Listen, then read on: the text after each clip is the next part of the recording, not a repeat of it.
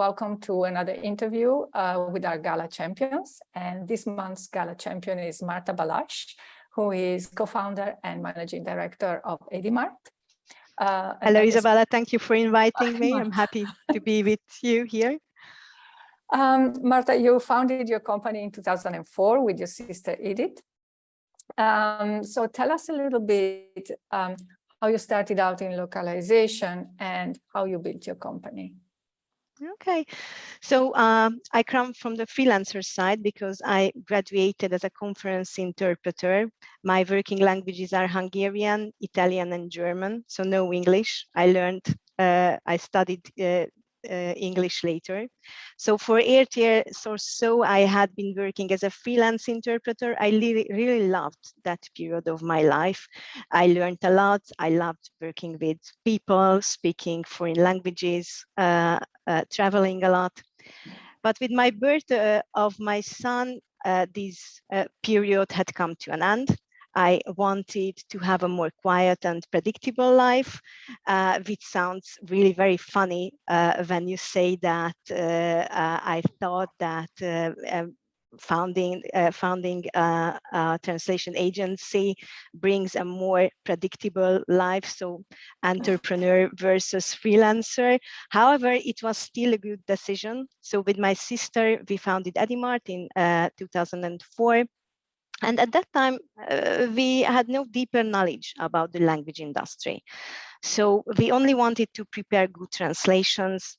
I had my professional background, so slowly we learned that we became really part of the most exciting industry of the world.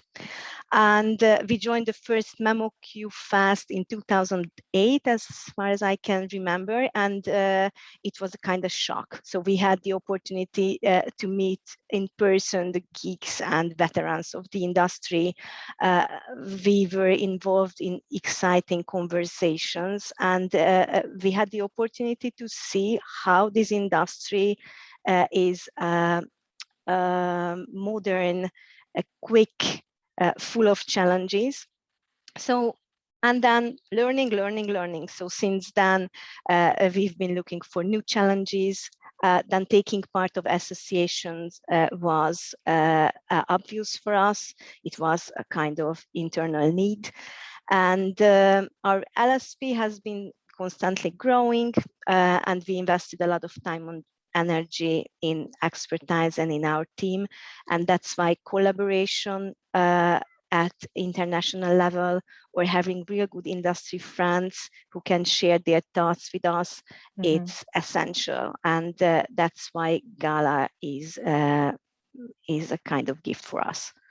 And that brings me to my next question. So why did you join GALA? I think in a way you already said it, but we joined immediately the Hungarian Association for Translation Agencies, and we saw that Hungary is a little teeny country in the middle of Europe, and you know, when you want to be not the best of your country, but you want to be a very good company at an international level.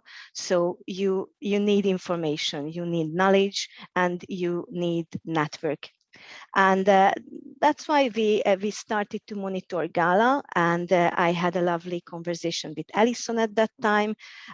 She was very welcoming because, you know, you have that minority feeling that, okay, we are a little company from Hungary, how could we join this size association? And but it was not a question anymore. So then we joined GALA. We really loved the events, the live events at that time, so the conferences, even if it was a kind of investment from our side, because it's expensive for a little company, but there we could meet LSPs from all over the world, and this is the industry where, let's say, the size doesn't matter at all, because I had fantastic conversations and funny moments and deep moments as well with the biggest and the smallest stakeholders of our industry. So my favorite program is then the yearly conference, and I never returned home without a brand new brilliant idea. So I saw this or that, we have to do this or that. So that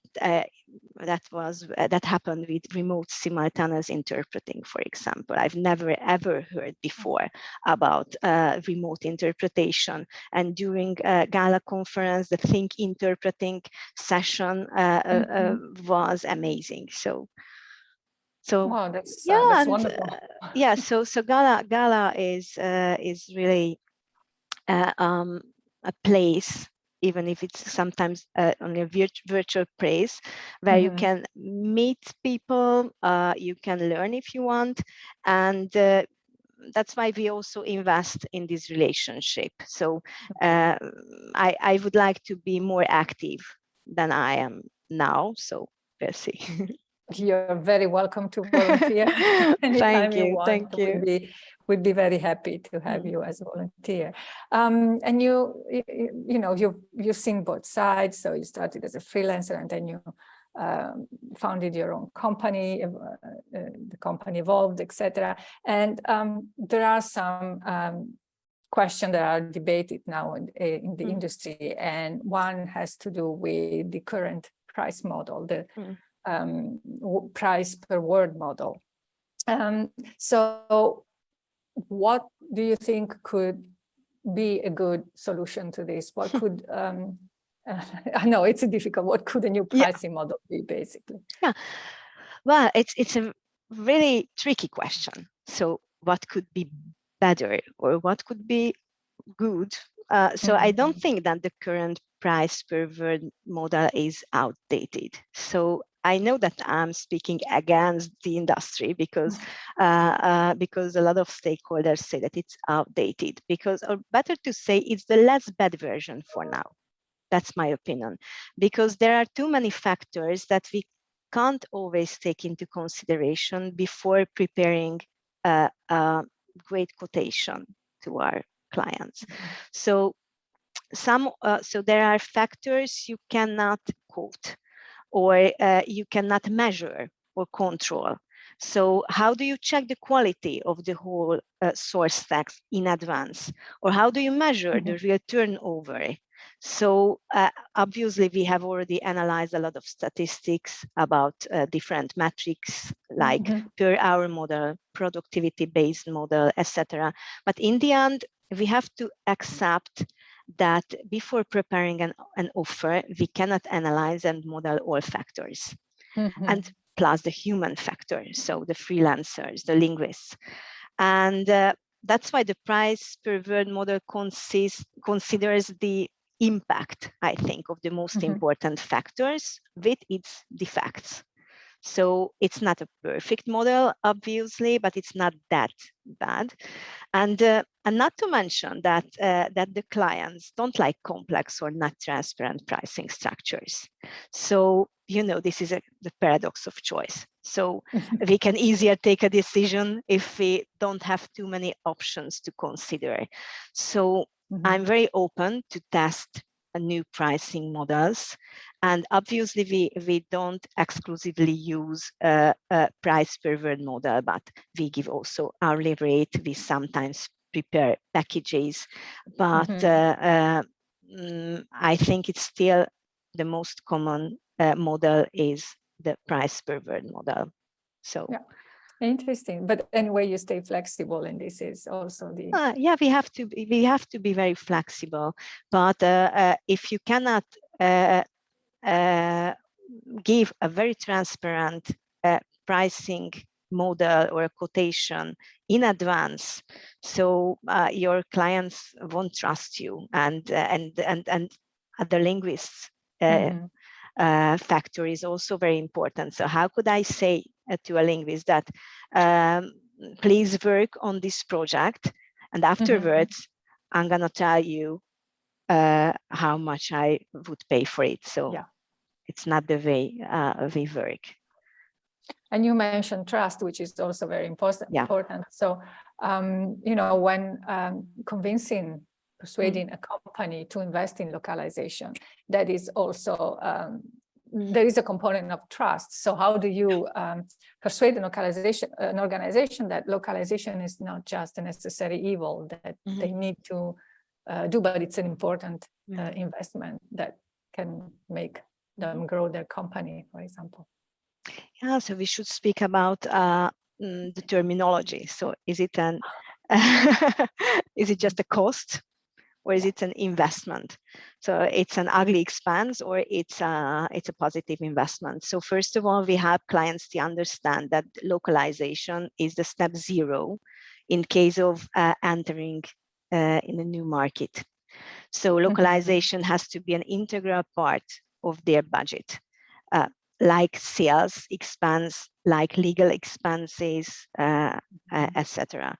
So professional localization is a competitive advantage.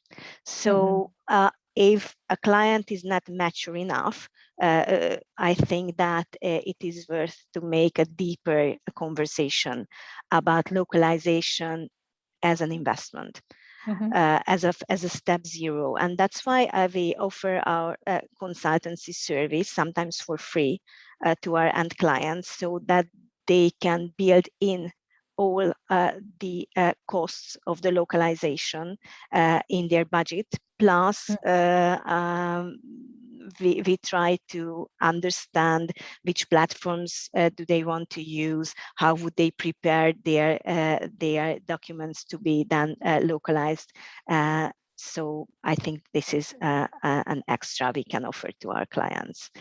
And obviously numbers help too, because it's so also thanks to GALA's webinars or even statistics, we know well that over 70% of consumers buy products from websites in their native language. So they prefer this solution. And I learned once that at about 40% of internet users would never ever buy from websites which aren't localized in their native languages.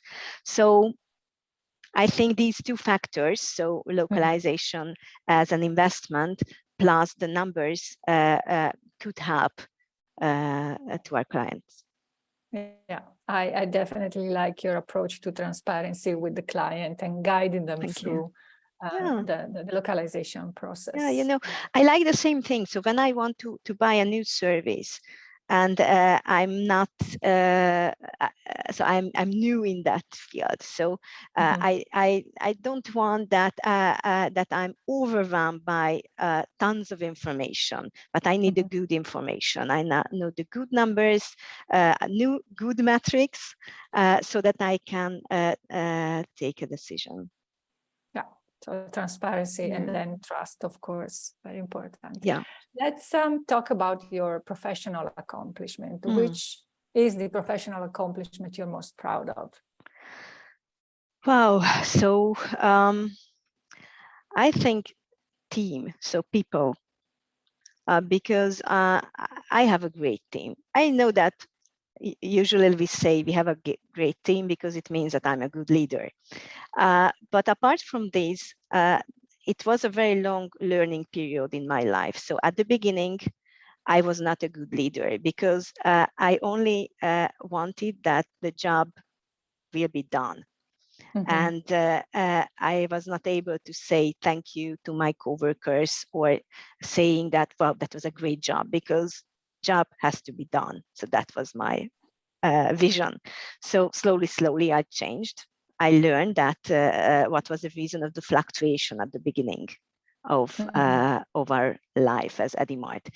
And now I think that I'm not a bad leader, but it's not about me. It's about a great team, that most of the team members have been working with us for 5+ years, and they are young. So so I love that working means helping each other, learning together, growing up together. And I think that my team, including my sister and myself, we understood that professional teamwork is a key to organizational success. And we can say that there is an EDIMART culture. I'm proud of it. So based on honesty and mutual respect. And my team members spend time together outside the office as well. It's also very positive. And sometimes I'm invited too. So I'm happy to share my my free time with my team members sometimes. And there is a strong bond among them. And after COVID, when we could reopen our offices, I was amazed by my team who asked to return to the office. So they didn't want to work permanently from home. And obviously, there's a hybrid model at EDIMART as well, but they spent 3 days in the office and 2 days at home. And you know, I was really overwhelmed by feelings when I saw that my team wants to spend time together. And I think this personal approach and the loyalty I see day by day reassures me that we can do everything together. And today's challenges are really tough. So, but together, I think we can do that. Yeah, that's wonderful, really. And what is the best career advice that you ever received and that you would like to pass on? Well, it's very simple. So I received one very important career advice many years before. So don't be afraid to follow your instincts. Because as a leader, you cannot always take decisions based on perfect statistics, perfect analysis.